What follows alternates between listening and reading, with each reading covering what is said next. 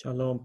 Este es un estudio acerca de la sangre de Zacarías, lo cual es mencionado en Mateo 23, pero para poder llegar a ese pasaje en particular, vamos a tener que tratar de recapitular un poco acerca de la narrativa en Primera de Samuel, acerca de cómo el rey Shaul Hamelech, o el rey Saúl, primer rey de Israel, mandó matar a todos los Kohanim que vivían en la ciudad de Nob.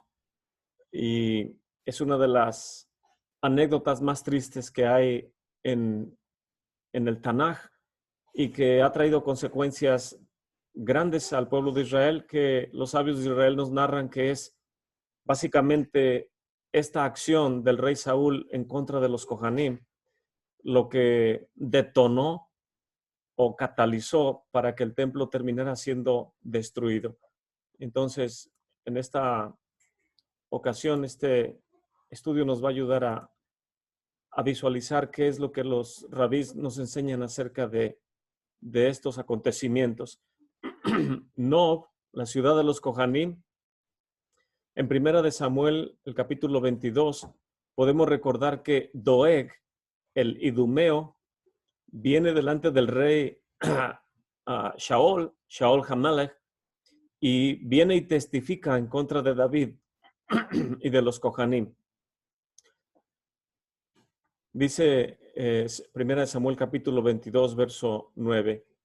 Entonces respondió Doeg edomita, que estaba junto a los siervos de Shaul, y dijo: yo vi al hijo de Ishaí venir a Nob, en donde estaba Ahimelech, hijo de Ahitob, y consultó al Señor por él, y le dio las provisiones, y le dio la espada de Goliat, el filisteo. El rey mandó llamar al Cohen Ahimelech, hijo de Ahitob, y a toda la casa de su padre, y los Kohanim que estaban en Nob, y todos ellos vinieron al rey.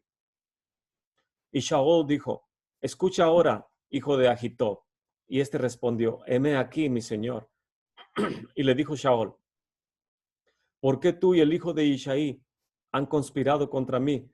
Le has dado pan y una espada, y han consultado al Eterno por él, para que se rebele en contra de mí, tendiéndome una emboscada, como sucede hoy.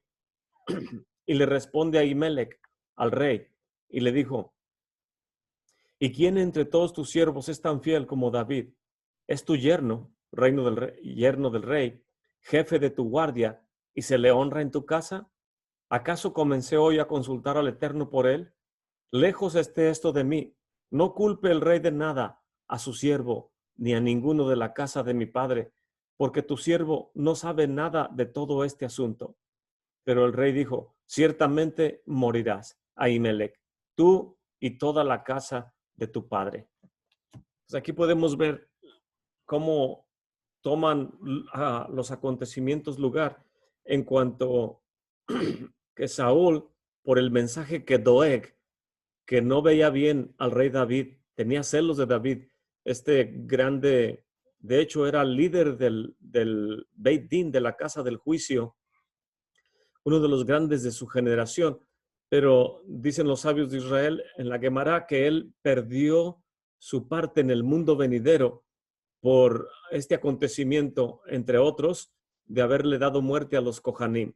Cuando el rey Shaul viene Doeg y le dice que David estaba con los Kohanim en la ciudad de Nob, y él vio a Ahimelech dándole el pan de la presencia y dándole la espada de Goliat, entonces la mente de Shaul comenzó a maquinar y a sospechar, de tal manera que los manda a llamar y les pide cuentas, a lo cual el Cohen está diciendo: no sé ni de lo que me estás hablando. David es tu yerno y él es uno de los grandes de tus guardias, de tu guardia, que protege al rey y el que anda en la guerra, en los asuntos del rey. ¿Y acaso es la primera vez que esto sucede? Yo no sabía qué asuntos hay entre ustedes, así es de que no me involucres. Lo que a grosso modo está el Cohen diciéndole al rey Shaul. Pero el rey Shaul ya está con su mente en darle muerte. Y dice: ciertamente morirás tú y toda la casa de tu padre. Y los sabios de Israel nos dicen que manda manda a Doeg para que le dé muerte a todos los Kohanim.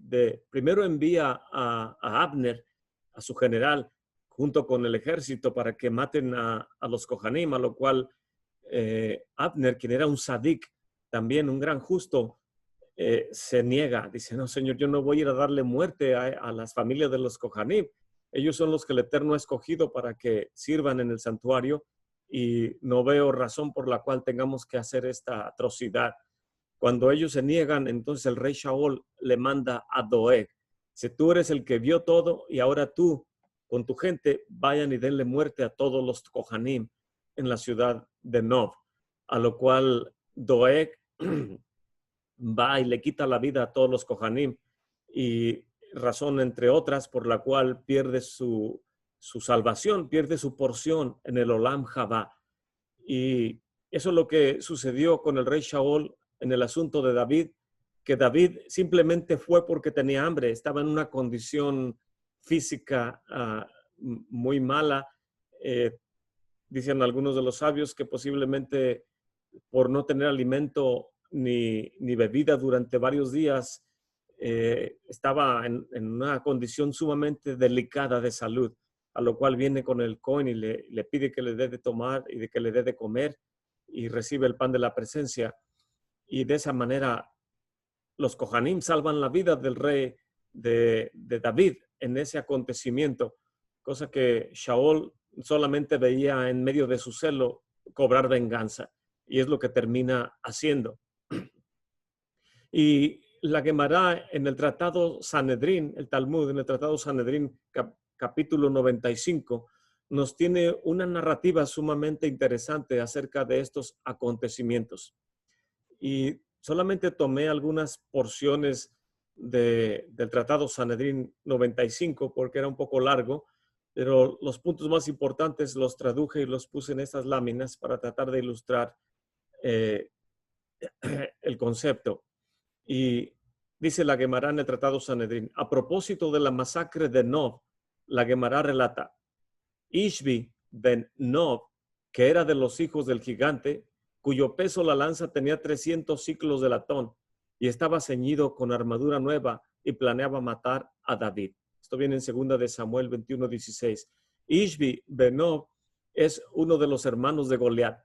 Aquí se traduce como hijos del gigante, pero en el hebreo dice que es de los parientes del gigante. Entonces era uno de los hermanos de Goliat, que nunca habían olvidado que David le quitó la vida a Goliat y tenían en mente cobrar venganza. Y la Gemara aquí en el Tratado Sanedrino está diciendo que este Ishbi ben Nob era familiar o hermano de Goliat y había planeado matar a David. Y la Gemara pregunta, ¿cuál es el significado del nombre Ishbi ben Nob? El Rabí Yehuda dice que Rav pregunta o dice, este es un hombre, Ish. Su nombre significa hombre, Ish, quien vino a castigar a David acerca de los asuntos relacionados con Nob, o sea, la ciudad de los Kohanim y la muerte que le dio Doeg a los Kohanim. Y continúa explicando Rav. El santo, bendito es él, le dijo a David, ¿hasta cuándo este pecado estará oculto en tu mano sin ser castigado? Porque es a través de tus acciones que los habitantes de Nob, la ciudad de los Kohanim, fueron masacrados. Y es a través de tus acciones que Doeg, el edomita, fue desterrado del mundo venidero. Y es a través de tus acciones que Shaol y sus 3 hijos fueron asesinados. Y yo creo que cualquiera de ustedes, y junto conmigo, cualquier persona, cuando lee el Tratado Sanedrín, la Gemara, con esta narrativa, puede preguntar, ¿pero qué culpa tenía David en todo este asunto? ¿Acaso David mandó matar a los Kohanim? ¿Acaso David le dijo a Doeg que fuera celoso y fuera y matara a los Kohanim cuando Shaol envió a Abner? ¿O acaso David le dijo a Shaol que tuviera grande celo porque hizo su trabajo mal y desobedeció al Eterno y terminó muriendo en mano de los enemigos, etcétera, etcétera? Entonces, aparentemente nos preguntamos, ¿qué tiene que ver David para que el santo, bendito es él, en esta narrativa lo esté responsabilizando de todos estos acontecimientos que terminan trágicamente con miembros del pueblo de Israel. Y hemos platicado en otros estudios, en Primera y Segunda de Samuel, que la narrativa del profeta, el profeta Samuel, que escribió tanto el libro de Ruth como, entre otros, el libro de Samuel y el libro de los jueces, etcétera, nos describe la narrativa y nos explican los sabios de Israel que la manera en cómo la narra los acontecimientos el profeta es para darnos a entender que los grandes de Israel, quienes son de grande estatura espiritual, un pequeño error trae grandes consecuencias. Cuánto más también vendrá por nosotros, quienes no tenemos la estatura espiritual de estos varones, mas sin embargo el Mesías, cuando viene en el libro de Mateo, creo capítulo 11, verso 11, nos dice que de los nacidos de mujer nadie es mayor que Johanna, que Juan, Johanna Hamadbil, dice, mas sin embargo en el reino de los cielos el más pequeño es mayor que Juan. El Mesías nos está otorgando una estatura espiritual a los que creemos en su nombre, mayor que la de Juan. Y uno podría abrir su boca grandemente en asombro y decir, jamás estaré a la estatura de Juan, jamás estaré a la estatura del rey David o de alguno de los profetas o alguno de los personajes del Tanaj. Y el Mesías está diciendo que Juan fue decapitado antes de la muerte y resurrección del Mesías, porque con la muerte y resurrección del Mesías, él envía el Ruach HaKodesh, a lo cual Juan no probó los poderes del siglo venidero. En otras palabras, Juan fue decapitado y no pudo probar del Ruach HaKodesh que es prometido por medio del profeta Joel a las generaciones postreras.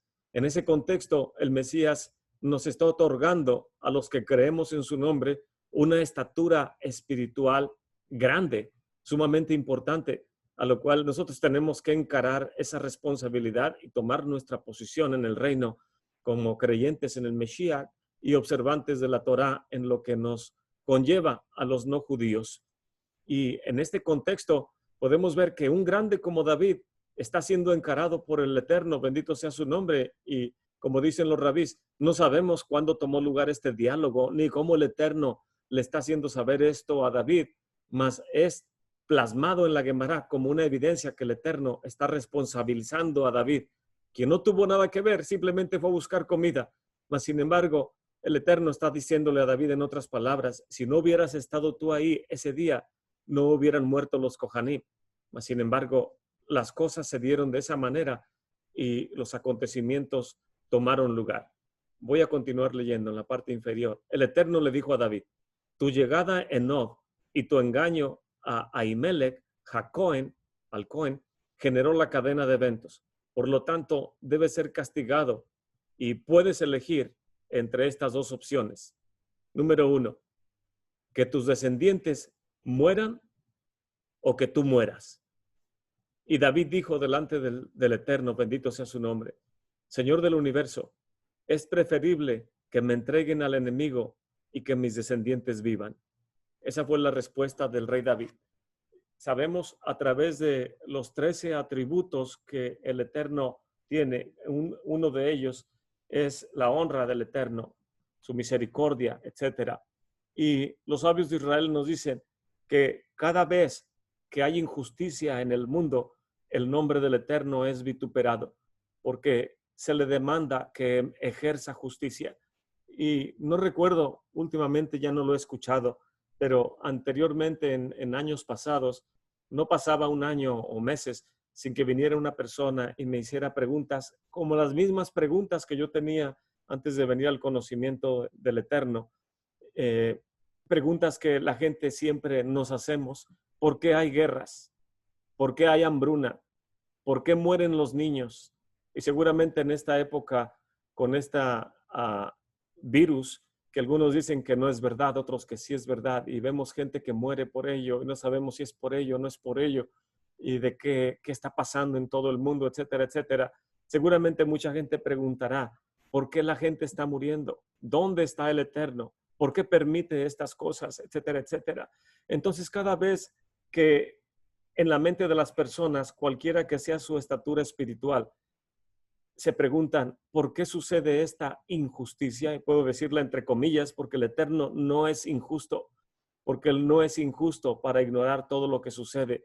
Mas, sin embargo, claramente el pueblo de Israel entendemos que la mayor parte de las calamidades que vienen contra el mundo y contra el pueblo de Israel no es porque el Eterno sea injusto, sino es porque nosotros con nuestras acciones detonamos que venga eso contra nosotros y contra nuestra comunidad. A lo cual el Eterno en esta Gemara está haciéndole saber a David que si no fuera porque él estuvo ahí no hubieran sucedido estas cosas, y debido a su estatura espiritual se desencadenaron las acciones, y cada vez que el nombre del Eterno es traído de boca en boca porque aparentemente no hay justicia, es como si disminuyera su honra y su gloria, a lo cual cualquier sadik, cualquier estudioso, cualquier sabio de Israel sabe que el nombre del Eterno no debe andar de boca en boca y siendo vituperado. Y por eso el rey David dice delante del Eterno, es preferible que tu nombre no sea vituperado y que inmediatamente yo pague por mis acciones y que yo deje de existir, pero que mis descendientes puedan vivir. Esa fue la respuesta del rey David para con nuestro Padre, bendito sea Él. La Gemara continúa relatando. Ese día, cuando David tuvo ese diálogo con el Eterno, al caer la noche, ya era la víspera de Shabbat. Y Abishai ben Zeruya, este es uno de los valientes de David, Abishai, se estaba disponiendo para la celebración de Shabbat. Y él se estaba lavando el cabello con 4 jarras de agua en preparación para el Shabbat. Y en ese momento llegó una paloma que estaba sumamente agitada en sus alas delante de él. Y Abishai inmediatamente interpretó, la congregación de Israel, Klal Israel, se le asemeja a una paloma. Y como está escrito en el Salmo 68:14, brillarás como las alas de una paloma que están cubiertas como con plata y con piñones con oro amarillo. De esto deduzco que si el pueblo de Israel está bien, porque Abishai sabía qué sucedía alrededor, era uno de los valientes del rey David. Él sabía lo que sucedía con el pueblo de Israel y hasta donde él sabía, ese día no estaba sucediendo nada interesante o nada alarmante con la comunidad, a lo cual él dijo, deduzco que esta paloma me está tratando de dar un mensaje, que David, el rey de Israel, está en peligro. Por lo cual fue a buscarlo a su casa y no lo encontró. Abishai dijo entonces, va adelante con el Sanedrín, con los sabios, y dice, aprendimos en la Mishnah que uno no puede montarse en el caballo del rey, uno no puede sentarse en su trono y uno no puede hacer uso de su cetro. Pero la pregunta es, Abishai le pregunta a los sabios, en una cuestión de peligro, ¿qué es lo que nos dice la halajá? Vino y preguntó a la casa de estudio, a lo cual ellos le dijeron, en una situación de peligro, uno puede hacer uso de las cosas del rey. Y eso es lo que Abishai quería entender para poder tomar cartas en el asunto. Inmediatamente se montó en la mula del rey, se levantó y se fue a ver si la mula tal vez podría guiarlo a donde pudiera estar el rey David. Y la mula lo llevó a la tierra de los filisteos. Y dice la Gemara que la tierra se contrajo milagrosamente para él. Solamente delante, por ejemplo, de nuestro padre Jacob, cuando iba cruzando por el monte Moría, llegó rápidamente porque parece ser que la tierra se reduzco en su caminar para que llegara más rápido. Y esto es lo que le sucedió a Abishai, que aparentemente llegó rápido al territorio de los filisteos y a medida que avanzaba, mientras él iba buscando al rey David, se encontró a Orfa. Orfa es la madre de Ishbi Benob.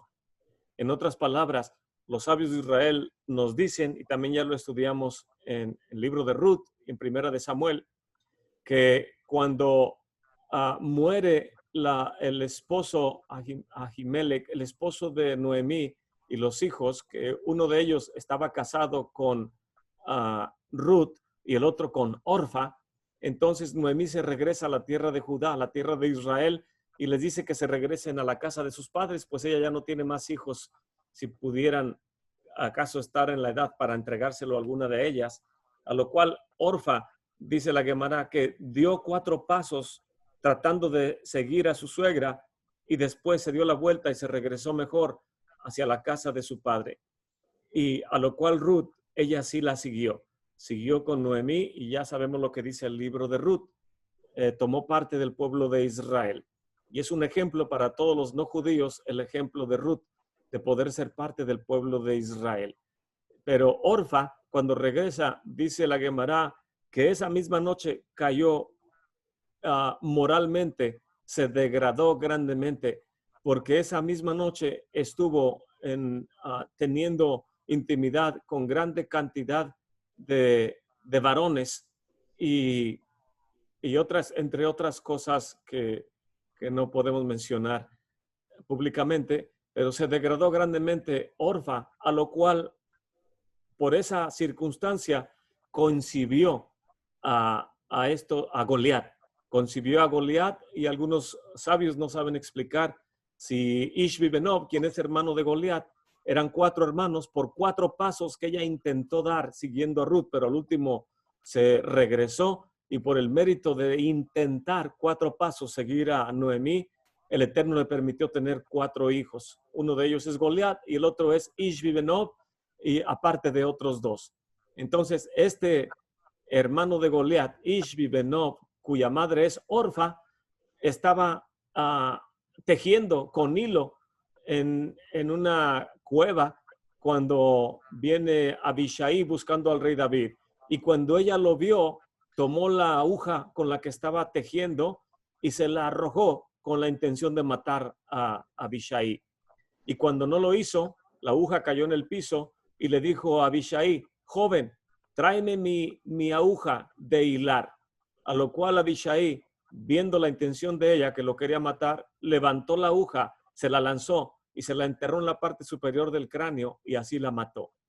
Cuando Ishbi Benob vio que Abishai venía, no sabiendo que su madre ya había muerto, pensó, ahora son 2, David y Abishai, y entre los 2 sí me van a poder matar. Y Abishai le preguntó al rey David, ¿qué es lo que estás haciendo aquí? ¿Por qué caíste en manos de Ishbi Benob? Y David le contestó, esto es lo que el santo, bendito es él, me dijo. Y esto es lo que le respondí a él. Ha llegado el momento de someterme a mi enemigo. Y Abishai le dijo a él, invierte tu oración y ora para que tus descendientes hagan teshuva y enfrenten sus retos en lugar de que tú te entregues al enemigo. Y David le respondió, si es así y ese es tu consejo, ayúdame a orar para revertir el decreto, porque yo ya me había comprometido a que mi muerte era mejor, para que la honra del Eterno no sea disminuida. Pero si tú crees que es mejor que mis descendientes hagan teshuva y ellos enfrenten sus retos y paguen por lo que se me está demandando, entonces ayúdame a orar. Y a partir de entonces, Ishbi Benob, quien era de los descendientes del gigantes y cuya lanza pesaba 300 ciclos de bronce y que estaba ceñido con una espada nueva, trató de matar a David, pero Abishai, hijo de Sarbia, vino a ayudar al rey David y así entre los 2 hirieron al filisteo y lo mataron. Y entonces los hombres de David juraron desde entonces diciendo, en 2 de Samuel dice, nunca más saldrás a la batalla con nosotros para que no apagues la lámpara de Israel.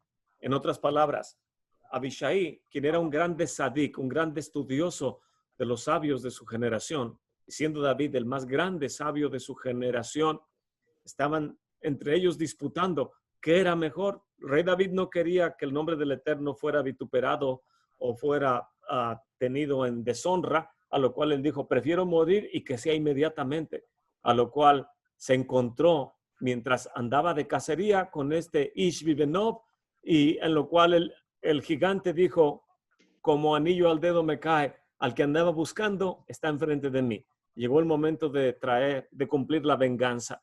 Y de esa manera el rey David, él mismo estaba dispuesto a morir, porque de esa manera iba a ser capará, iba a ser cubrimiento por el nombre del Eterno, que no fuera traído de boca en boca, que el Eterno no era justo y que la vida de los Kohanim no había sido vengada o no había sido cubierta de alguna manera. A lo cual el Eterno le dice a David, solamente tú puedes cubrir por la muerte de los Kohanim o tus descendientes. Y es en este contexto, en este escenario, que el rey David había puesto su vida. Él puso su vida por lo que el Eterno demandaba del pueblo de Israel. Que haya justicia dentro de la comunidad de Israel, y el Eterno está diciéndole al rey David, la única manera que va a haber justicia en medio de la comunidad y por todo lo que ha sucedido principalmente en el asunto de los Kohanim, en el asunto del rey Shaul, en el asunto de Doeg, quien tenía celo por ti, para cubrir por los pecados de la comunidad, lo único que puede cubrir es que tú entregues tu vida o que tus descendientes paguen. ¿Qué es lo que escoges? Y el rey David puso su vida. Él estuvo dispuesto a morir, a lo cual cuando viene Abishai, dice, no es necesario, necesitamos la lámpara de Israel en medio de nosotros. Tú eres el rey de Israel. Tú eres el justo de esta generación y el que puede ayudar a la comunidad de Israel. Permite que tú vivas, pero que tus descendientes hagan teshuva cuando el tiempo llegue, a que ellos den la cara y que ellos sean responsables, a lo cual el rey David aceptó y le pidió que oraran. Y de esta manera podemos ver que de alguna manera el rey David está haciendo algo que el mismo Mesías hace en su tiempo. El rey David en esta ocasión, y esta Gemara nos lo está ilustrando, está diciendo, pongo mi vida, pero también puedo volverla a tomar. Lo que sea benéfico para la comunidad de Israel, para la paloma, para la amada del Mesías, estoy dispuesto a hacerlo. Estaba dispuesto a morir, pero estoy dispuesto a volver a tomar mi vida, porque este es el mandamiento que he recibido de mi Padre, que la comunidad de Israel prevalezca y que continúe hacia adelante. Y en esta Gemara nos enseña precisamente acerca del Mesías que aprende en todo a David. Y por eso se le llama el Mesías ben David, el Mesías hijo de David, el que viene a hacer este cubrimiento por la comunidad. Para poder llegar a la sangre de Zacarías, tenemos que, aparte de esta anécdota del rey David y su responsabilidad, ir a adentrarnos al libro de Segunda de Reyes. Y antes de tomar unas lecturas de Segunda de Reyes, quiero nada más compartir con ustedes estas láminas acerca de los reyes de la casa de Judá. Los reyes de Judá, que es a quienes pertenece el trono, porque el Eterno así le dijo a David, que jamás iba a faltar uno de sus descendientes que se siente en el trono. Y después del rey Salomón, después de la muerte del rey Salomón, se instituyó a Rehoboam como rey en el trono. Él estuvo en el reinado, 17 años, desde el año 931 antes de la era común hasta el 914. Lo podemos contar a manera regresiva hacia el año 0. Y el profeta que estuvo en su generación fue el profeta Ido, y el Cohen Gadol fue Ahimás. El segundo rey de Judá fue Abija. Él duró 3 años en el trono. El profeta fue Ido también, y el Cohen Gadol fue Azaría. El número 3 fue Asa, el rey Asa. Estuvo 41 años en el trono, desde el 911 hasta el 870. Y el profeta de su generación fue Jehú, y el Cohen Gadol fue Azarías. El número 4 fue Jehoshaphat, quien duró 25 años en el trono, y no hubo un profeta que encontré en esta lámina, y tampoco un Cohen Gadol. Después de estos, el número 5 es el rey Jehoram, quien duró 8 años en el trono. Después el rey Ahazía, o Ocosías, como se escribe en español. Él duró solamente 1 año en el trono, y es precisamente en el tiempo del rey Ocosías o Ahazías, en el cual vamos a estar leyendo en el libro de Segunda de Reyes.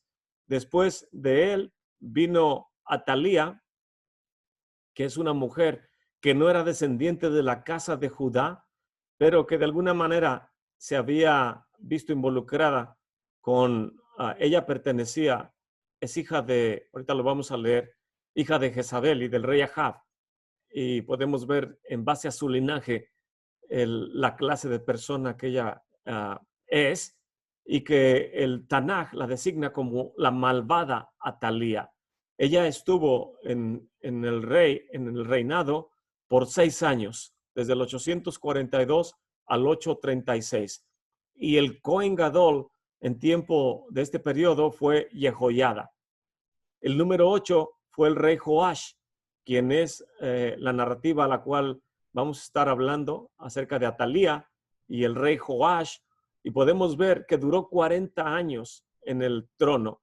Hubo una gran estabilidad, hubo grandes reformas que el rey Joash hizo en su generación en el santuario.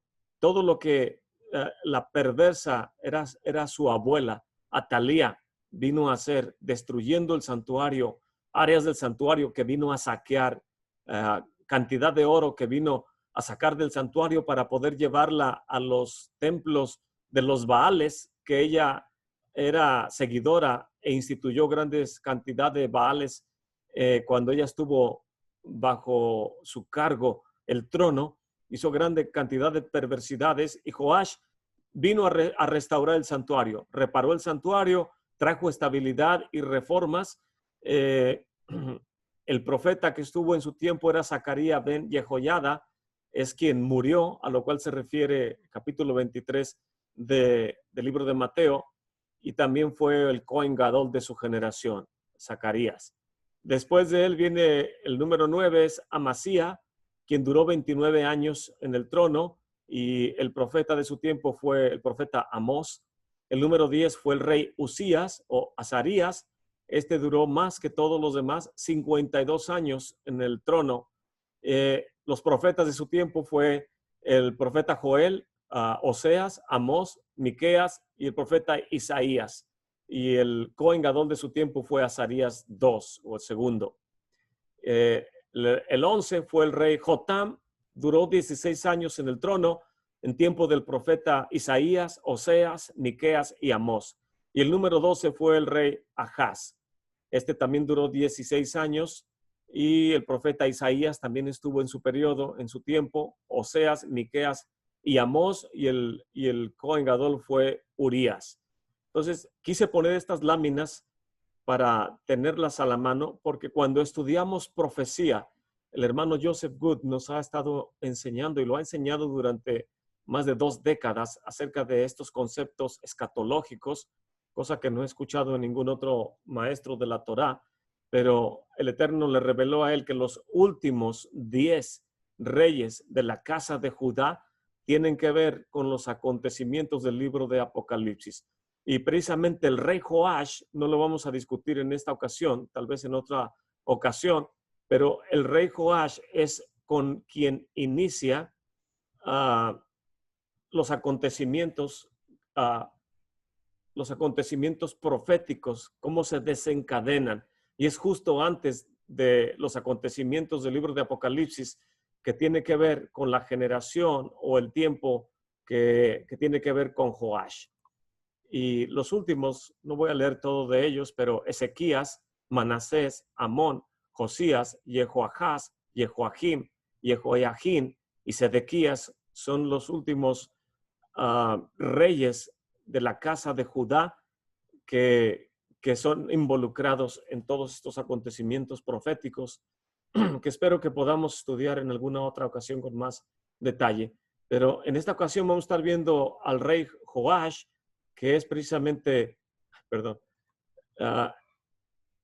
quien duró 40 años en el trono desde el 836 hasta el 796, cuyo Cohen Gadol es el hijo de Jehoiada. Jehoiada, el Cohen Gadol, tuvo a su hijo Zacarías, quien heredó la Kejuná en tiempos del rey Joash, y Jehoiada, que es quien cuidó a Joash, cuando esta perversa Atalía, quien es hija del rey Ahab y de Jezabel, toma el trono después de la muerte de su padre, después de que muere el rey Ahab, por un periodo de 6 años, instituyó el culto a los Baales y fue envenenando poco a poco a sus propios nietos, a todos los descendientes de Ahab, de la casa de Judá. Ella los comenzó a envenenar, los fue matando poco a poco como para hacer ver que fueron muriendo de alguna razón, no sabían por qué, pero en realidad ella era la que los estaba envenenando.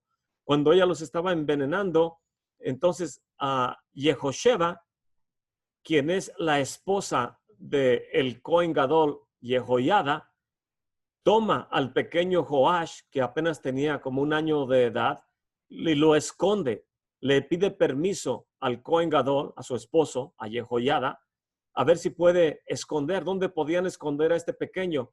Algún lugar donde no lo pudiera encontrar esta perversa Atalía, a lo cual el Cohen Gadol le da permiso a su esposa, a Yehosheba, a que lo esconda en el lugar santísimo.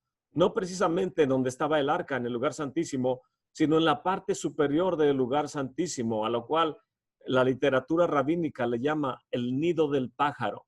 Es un lugar donde guardaban los velos. Cuando el velo pudiera de alguna manera ser dañado, ahí se guardaban 2 velos adicionales. Y ahí es donde el Cohen Gadol esconde a este pequeño Joash junto con la mujer que lo estaba cuidando o amamantando en su corta edad. Ahí los esconden porque es el único lugar donde esta perversa Atalía tenía impedido entrar. Nadie entraba en el lugar santísimo a menos que fuera un Cohen o el Cohen Gadol. Y como ella tenía prohibido entrar en el área santificada, era un lugar donde jamás iba a encontrar a este pequeño.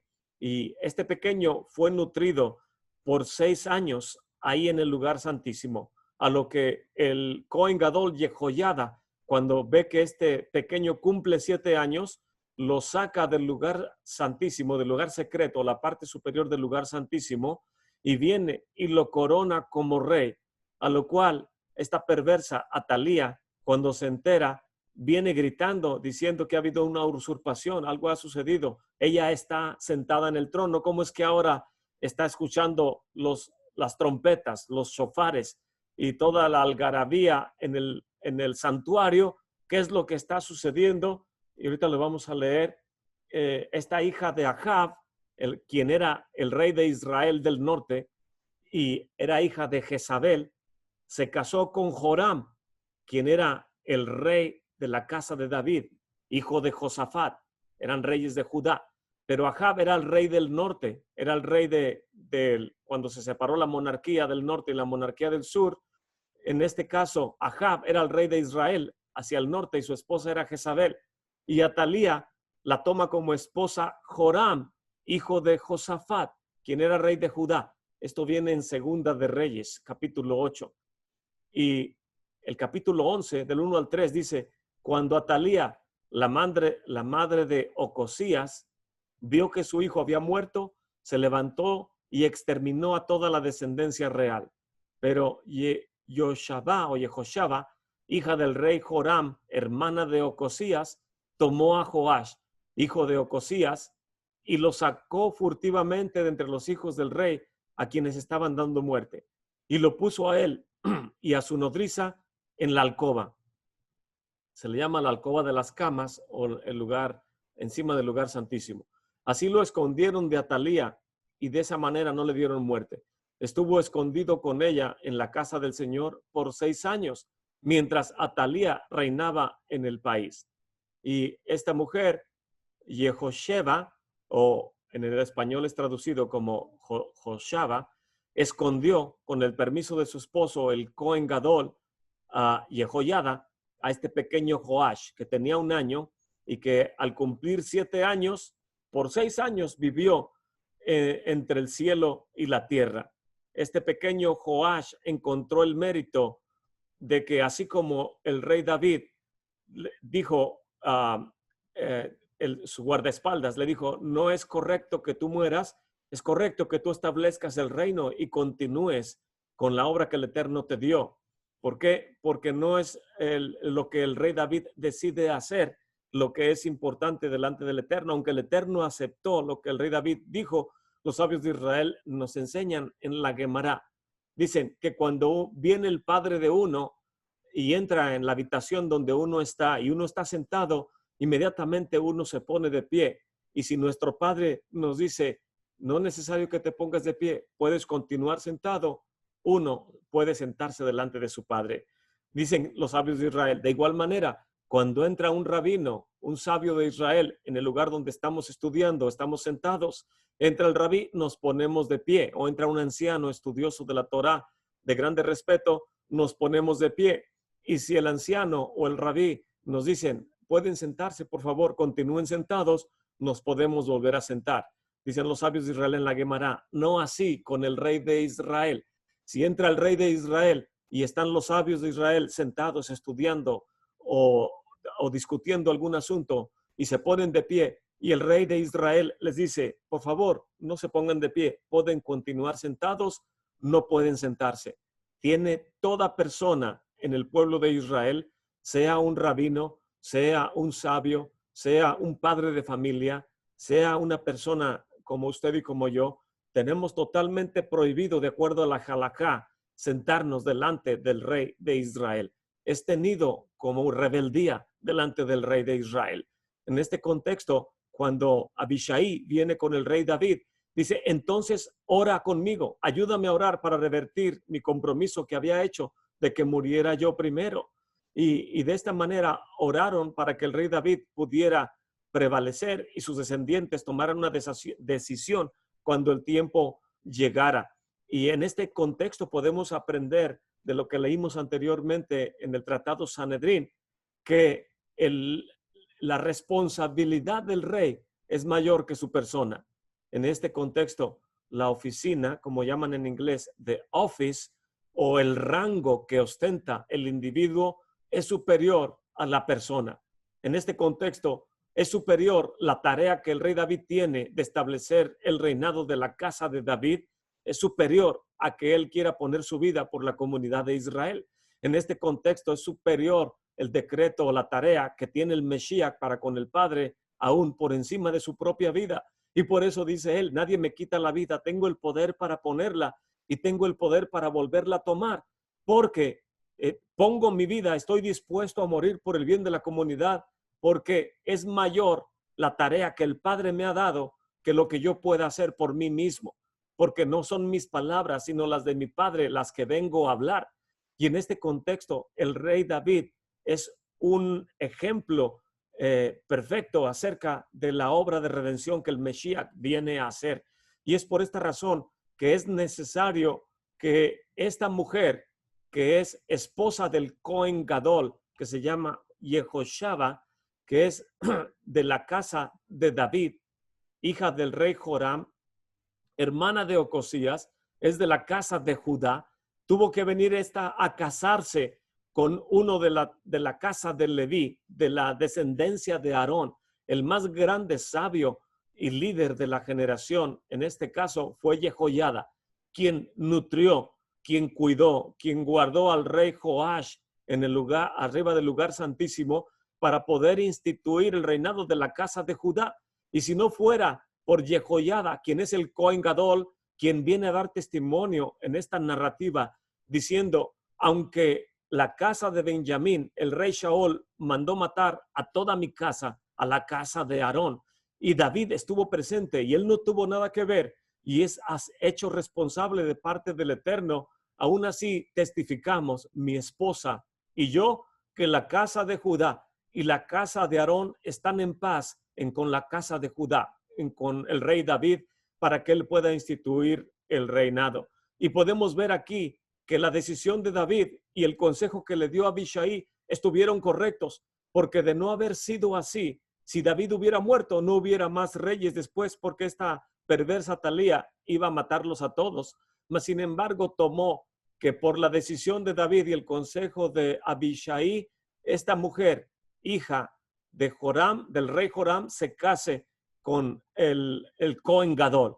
Y de esta manera este matrimonio pudo salvarle la vida a Joash, descendientes del cual viene todos los reyes, a través de los cuales viene también Yeshua.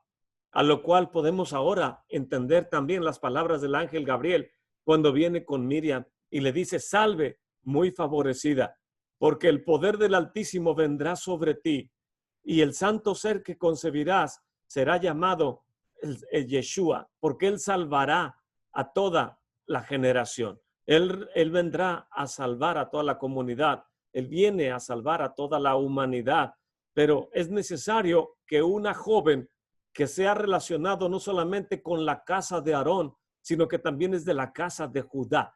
Y así como Joshabá o Jehoshabá vino y salvó la vida y escondió a quien le pertenecía el trono, así también el Eterno escoge a Miriam para que de ella nazca el Mesías Yeshua, a quien cuando viene y nace, dice la Escritura, nacido bajo la Torá y nacido de mujer, vino a traer redención a toda la humanidad. Pero ¿cómo otorga redención? Por medio de la misericordia de la casa de Judá, a lo cual testifica también la casa de Aarón. Por eso leemos en el primer capítulo del libro de Lucas que Miriam fue a la montaña a visitar a su pariente Elizabeth, quien es la esposa del Cohen Zacarías, y tiene que ir a ayudarle mientras está ella esperando encinta a Yohanan Hamadvil o a Juan el Bautista, y podemos ver en esa narrativa que son parientas, que Miriam es también relacionada en su linaje con la casa de Aarón, pero todo viene desde Jehoshabá, cómo se unió con el Cohen Gadol Jehoiada para poder proteger la simiente de la casa de David. Y todo esto es lo que Jehoiada hace con Joash, lo cuida, lo instruye, lo educa, de tal manera que Joash, cuando crece y está sentado por 40 años en el trono, no solamente tiene una relación muy cercana al santuario, porque ahí creció, ahí vivió, no era de la casa de Aarón, pero fue escondido ahí por los Kohanim. Y de esta manera podemos ver que hay una relación muy cercana entre la casa de Aarón y la casa de Judá desde este tiempo. A partir de este tiempo, todas las grandes reformas que tomaron lugar son muy importantes, que no podemos entrar en detalles acerca de ellas respecto al santuario, pero fueron muy importantes y Joash lo aprendió todo de Jehoiada, el Cohen Gadol, que casi fue como su padre, que lo cuidó y lo instruyó y lo protegió y lo libró de la muerte. Y el rey Joash, el único sobreviviente de la masacre de su abuela contra los descendientes de Judá, vivió educado, viviendo entre los Kohanim, sin ser del linaje de Aarón. Fue coronado a los 7 años por Jehoiada, ya lo mencioné, y su abuela, además de todos sus actos de perversidad, además, saqueó el templo, destruyó parte de los muros, y Joash viene y repara todos estos daños. Reina por 40 años, podemos ver que trajo grande estabilidad a la nación. Y aquí viene lo asombroso, y puse una imagen de asombro.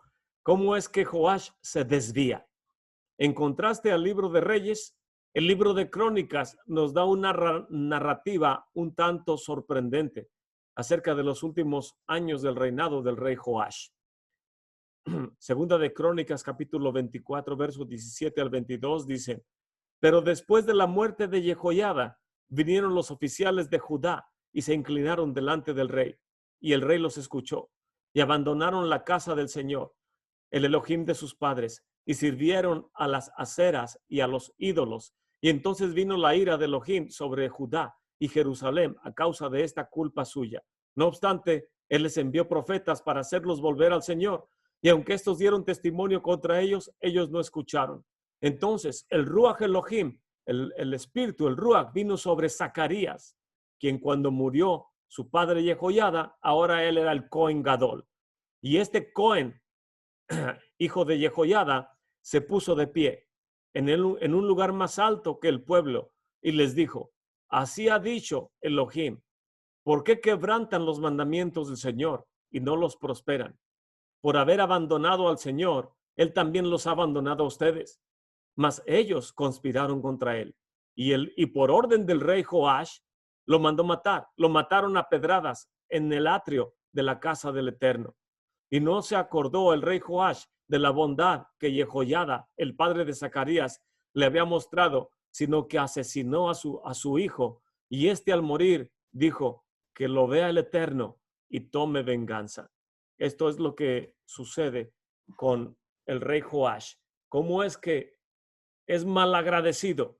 Que en lugar de agradecer que Joash y su esposa, que Jehoiada y su esposa le salvan la vida y lo ponen escondido en el lugar santísimo y ahí lo están protegiendo, ¿cómo es posible que vienen y le dan muerte de esta manera? A lo cual dijo que el Eterno tome cartas en el asunto y tome venganza por mi sangre. ¿Qué es lo que sucede con la sangre de Zacarías? Para poder llegar a Mateo, todavía tengo que leer otra narrativa. Es por eso que estoy tratando de leer rápidamente, porque es mucha información. Pero también el tratado Sanedrín nos narra, lo voy a leer rápidamente. Le pedí a mi hija Ana que me lo tradujera durante el transcurso del día, pero viene en el tratado Sanedrín, folio 96, y nos habla acerca de Nabucodonosor. Cuando viene a destruir el santuario, envía a Nabuzaradán, quien la literatura rabínica lo identifica como el carnicero, la mano ejecutora del rey Nabucodonosor. Y el tratado Sanedrín nos da esta narrativa. Dice, en el 5º mes, en el 10º día del mes, que era el año 19 del rey Nabucodonosor, el rey de Babilonia, vino Nabuzaradán, el capitán de la guardia, y se paró delante del rey de Babilonia en Jerusalén e incendió la casa del Señor y la casa del rey. Lo llevaron delante del rey de Babilonia a Ribla, y el rostro de Nabucodonosor estaba estampado en su carro y estaba tan asombrado ante él que es como si estuviera delante de su presencia. O sea, lo que dice la Guemará es que el rostro del rey Nabucodonosor estaba dibujado, plasmado, de alguna manera estaba en las carretas, y nada más de verlo la gente se asombraba porque parecía muy real. Y Rabá dijo, es un rabino, Nabucodonosor envió a Nabuzaradán con 300 mulas cargadas con hachas de hierro que podían romper el hierro, pero todas fueron destrozadas cuando llegaron delante de una sola de las puertas de Jerusalén, porque está escrito, y ahora atacan en su puerta con hachas y martillos que destruyen. Y deseaba regresar porque se le acabaron las herramientas, pero dijo, tengo miedo de no encontrarme en el mismo destino que sucedió con Sennacherib. Cuando enviaron a Sennacherib, voy a tratar de recordar esta narrativa, vino Sennacherib a tratar de destruir, y cuando hizo campamento delante de la santa ciudad de Jerusalén, sus oficiales querían inmediatamente entrar y destruir y saquear y tomar todas las cosas del santuario, a lo cual Sennacherib dijo, ¿acaso llevan mucha prisa? ¿Por qué no descansan? Tomen descanso, respiren, y mañana temprano van a tener en sus manos todo lo que quieran. Mas cuando vino la noche, el Eterno envió una horda de ratas, cuyas ratas vinieron y se comieron todo lo que era de cuero, todas las armas que tenían que ver con cuero, como los arcos, las cuerdas de los arcos, todas las flechas que tenían cuero, etcétera, etcétera. Las ratas dejaron sin herramienta al ejército y de esa manera tuvieron que regresarse avergonzados porque ya no tenían armas para atacar. Y es lo que Nabuzaradán está diciendo aquí. Tengo miedo de que me suceda lo que a Sennacherib. Entonces una voz escuchó diciéndole, leproso, hijo de un leproso, salta a Nabuzaradán, porque ha llegado el momento de destruir el santuario y el templo que se ha quemado. En otras palabras, una voz de lo alto le dijo, leproso, hijo de leproso, ponte en acción, porque ha llegado el momento de que destruyas el santuario y toda la ciudad de Jerusalén. Este es el mismo Eterno, la misma voz le está diciendo que tiene que hacerlo. Y me viene a la mente que cuando el profeta Isaías, en tiempo del profeta Isaías, viene Eliyahu, el profeta Eliyahu, y trae reprensión porque toda la gente se estaba desviando en estas narrativas de la destrucción del santuario, etcétera, etcétera. Y cuando viene con el Señor del universo, dice, Señor, a todos, la gente se ha desviado, no hay gente justa ni santa. Y dice el Eterno, me he guardado rodillas que no se han doblado delante de los Baales. A lo cual Eliyahu viene al Monte Carmelo y hace esa ofrenda que está prohibida hacer mas sin embargo se le permite a él por su rango y su estatura, y hace que fuego venga del cielo y que lama toda el agua y los animales, a lo cual toda la gente dice, Adonai Juja Elohim, Adonai Juja Elohim, el Eterno, solamente Él es Elohim. Y aparentemente toda la gente hace el regreso, reconoce que solamente el Eterno es el único Elohim verdadero, pero más tarda en suceder este acontecimiento que al otro día Jezabel ya emite un decreto de muerte contra el profeta Eliyahu, a lo cual Eliyahu dice, Señor del universo, el pueblo no tiene remedio, no se arrepiente, ya hiciste milagros, hiciste grandes cosas asombrosas delante de ellos, y ahora mira, ahora buscan matarme y todos se vuelven con Jezabel y con Ahab. Mira lo que está sucediendo. No hay otra manera de que el pueblo se arrepienta.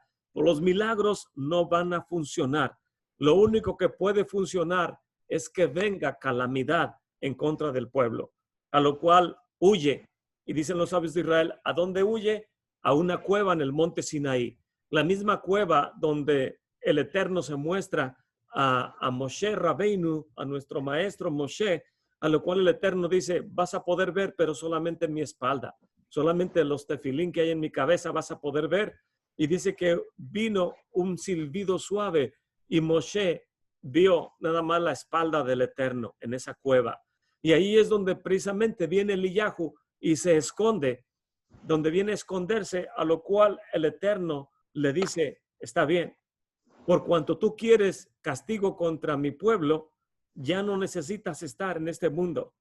Te voy a sacar de este mundo porque quieres darle muerte o traer calamidad contra mi pueblo. A lo cual los rabís entienden a que el Eterno escucha que es verdad, que lo que dice Eliyahu, solamente calamidad va a hacer que el pueblo se vuelva a ti, porque ven los milagros y no les importa.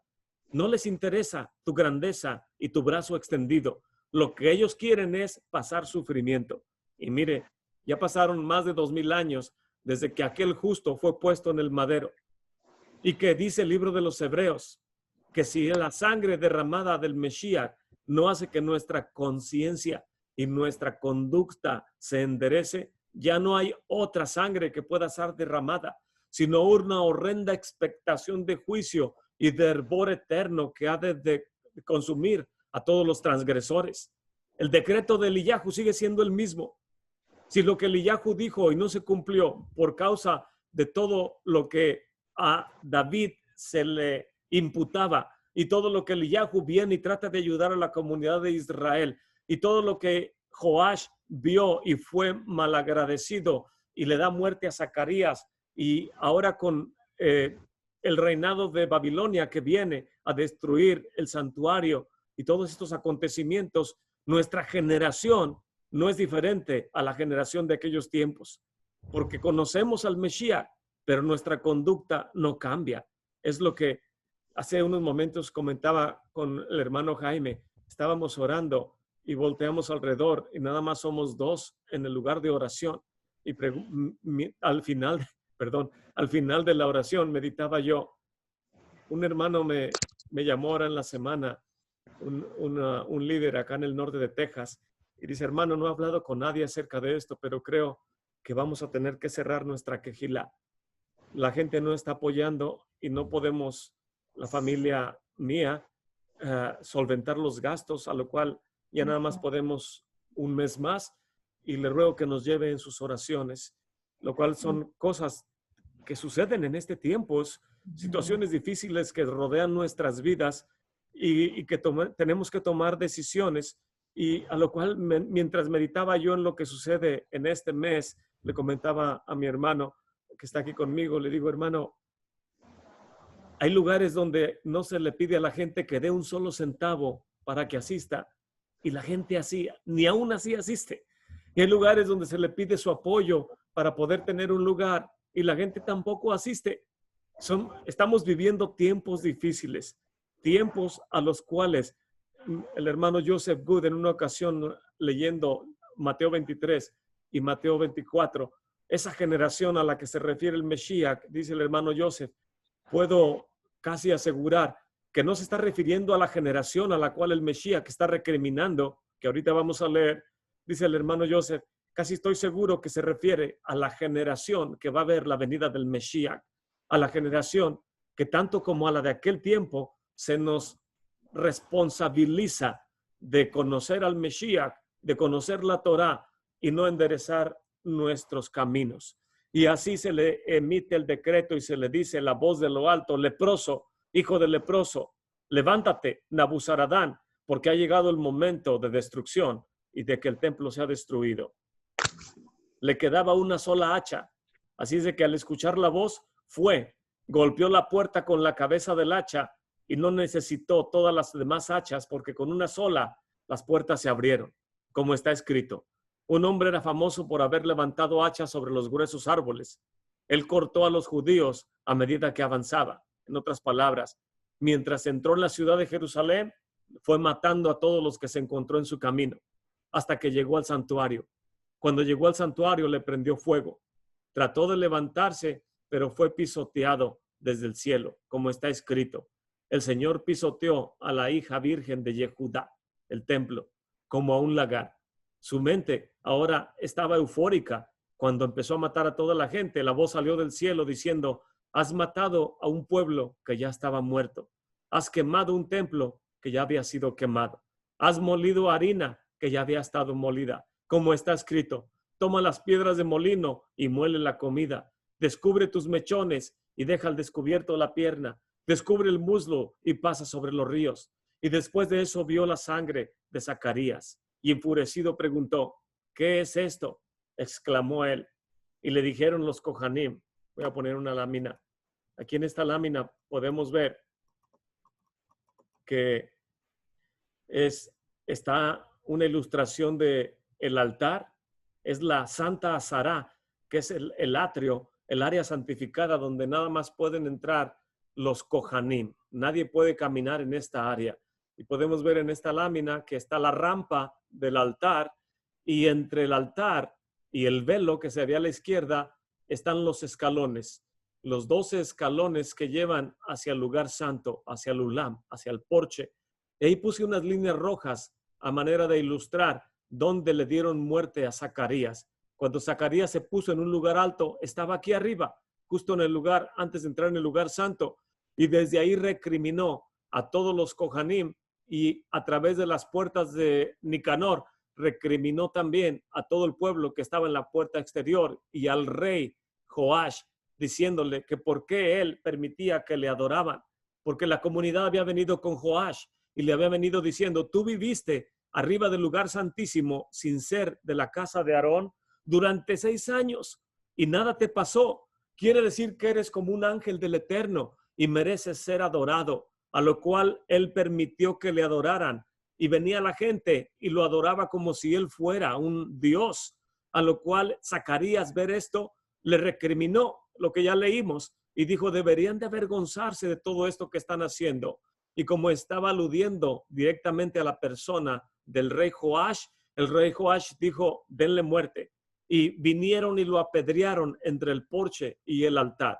Y ahí estaba la sangre de Zacarías durante casi 200 años que no coagulaba y tampoco era absorbida. Toda la demás sangre de los sacrificios, cuando lavaban el santuario, la sangre que quedaba era absorbida por el piso del santuario de una manera milagrosa, mas esta sangre no era absorbida. Y cuando vino él y vio esta sangre, dice: ¿qué es esto? Y ellos dijeron: es sangre de los animales. Y entonces Nabuzaradán vino y dijo: tráiganme animales, tráiganme bueyes, tráiganme ovejas y derramen la sangre a un lado de esta sangre. Y cuando ella la comparó, dijo: esta sangre no es igual que la sangre de los animales.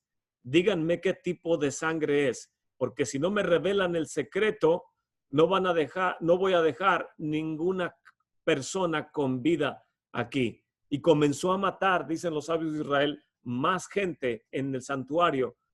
Había tanta sangre que sus soldados estaban derramando en la ciudad de Jerusalén que en las calles corría la sangre como si fueran ríos. En el santuario comenzó a matar a toda la gente en el atrio de las mujeres y en el atrio de Israel, y no estaba dejando a nadie con vida. Y ellos dijeron, esta es la sangre de un Cohen, es un profeta que predijo la destrucción de Jerusalén y de la muerte del pueblo de Israel, y fue muerto. Y él dijo, yo cobraré venganza por la vida de este hombre que mataron.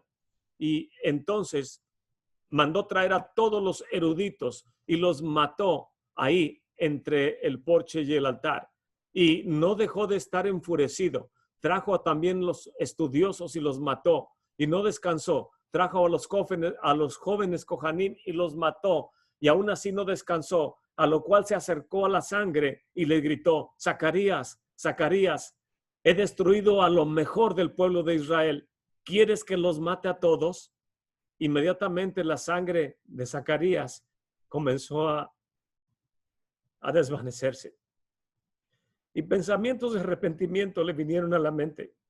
Y dijo, si ellos que mataron a un solo justo han sido severamente castigados por mi mano, ¿qué va a pasar de mí? Que he matado a cientos y miles de ellos.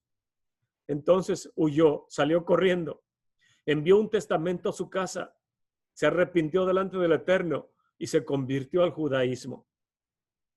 Tal vez el Eterno lo haya perdonado de toda la muerte que había hecho y la sangre que derramó. Pero es en este contexto que la sangre de Zacarías fue derramada.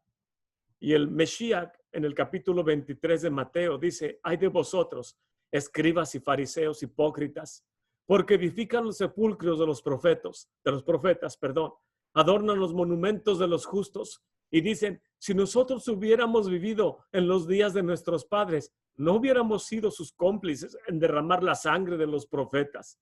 Así que dan testimonio en contra de ustedes mismos, que son hijos de los que asesinaron a los profetas.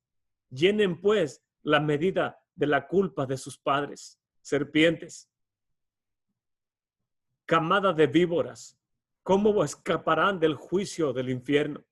Por lo tanto, miren, yo les envío profetas, sabios y escribas, y de ellos a unos los matarán y crucificarán, y a otros los azotarán en sus sinagogas, y los perseguirán de ciudad en ciudad, para que recaiga sobre ustedes la culpa de toda la sangre justa que fue derramada sobre la tierra, desde la sangre del justo Abel hasta la sangre de Zacarías, hijo de Berequías, a quien asesinaron entre el templo y el altar. Y de cierto les digo que todo esto vendrá sobre esta generación.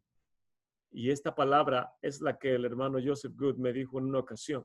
Dice, Edgar, creo que esta palabra del Mesías se refiere no solo a la generación a la que él se está dirigiendo en ese tiempo, a los líderes de Israel que decoraban los sepulcros de los profetas, que adornaban los monumentos de los justos, que van a hacer oración donde están los profetas y los sabios y los líderes, el rey David, Rachel, la tumba de los patriarcas, etcétera.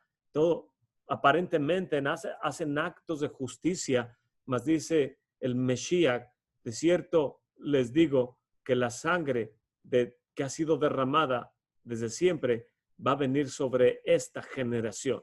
¿Y cuál es esta generación? Dice el hermano Joe, es la generación justo antes de la venida del Mesías.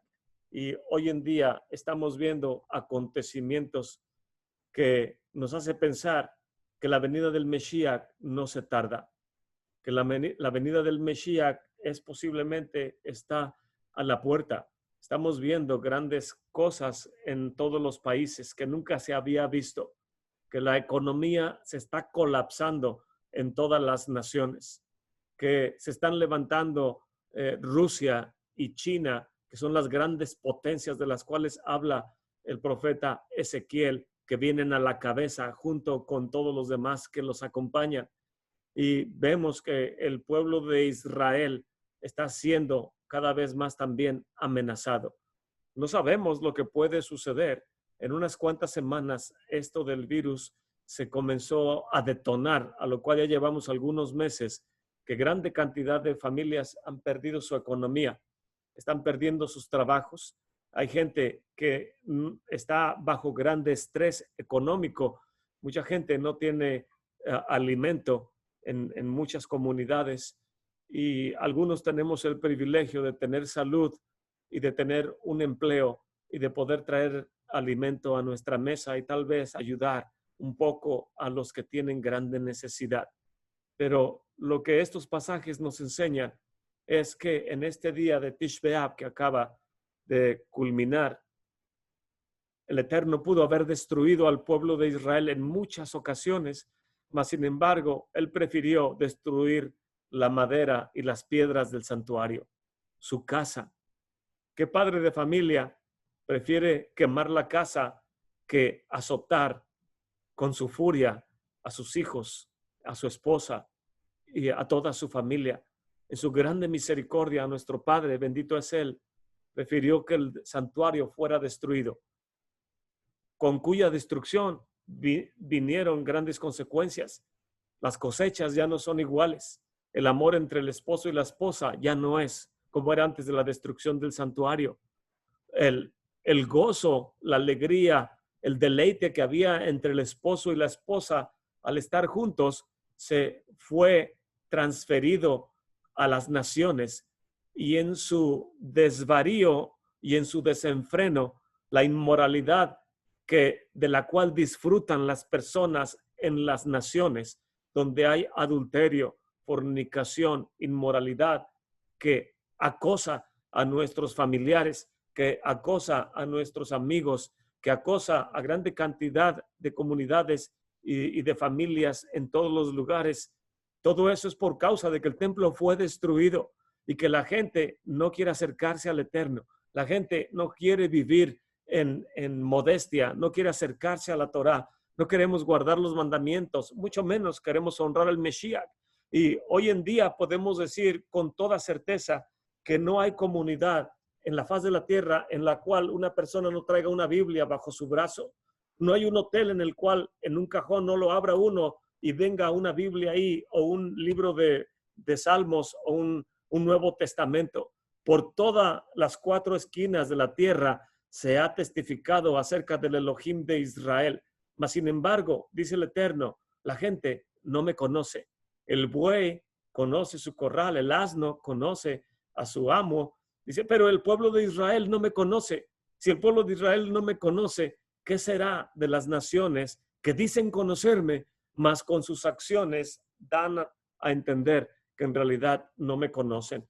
Entonces, el dolor de Tish B'Av en todo el pueblo de Israel y la expresión de dolor que el Eterno nos da por medio del libro de Lamentaciones y las lecturas de la Torá que se leen en este día que pasó, y el testimonio del profeta Jeremías, etcétera, etcétera, nos da a entender cómo se siente el Eterno con la destrucción de su casa.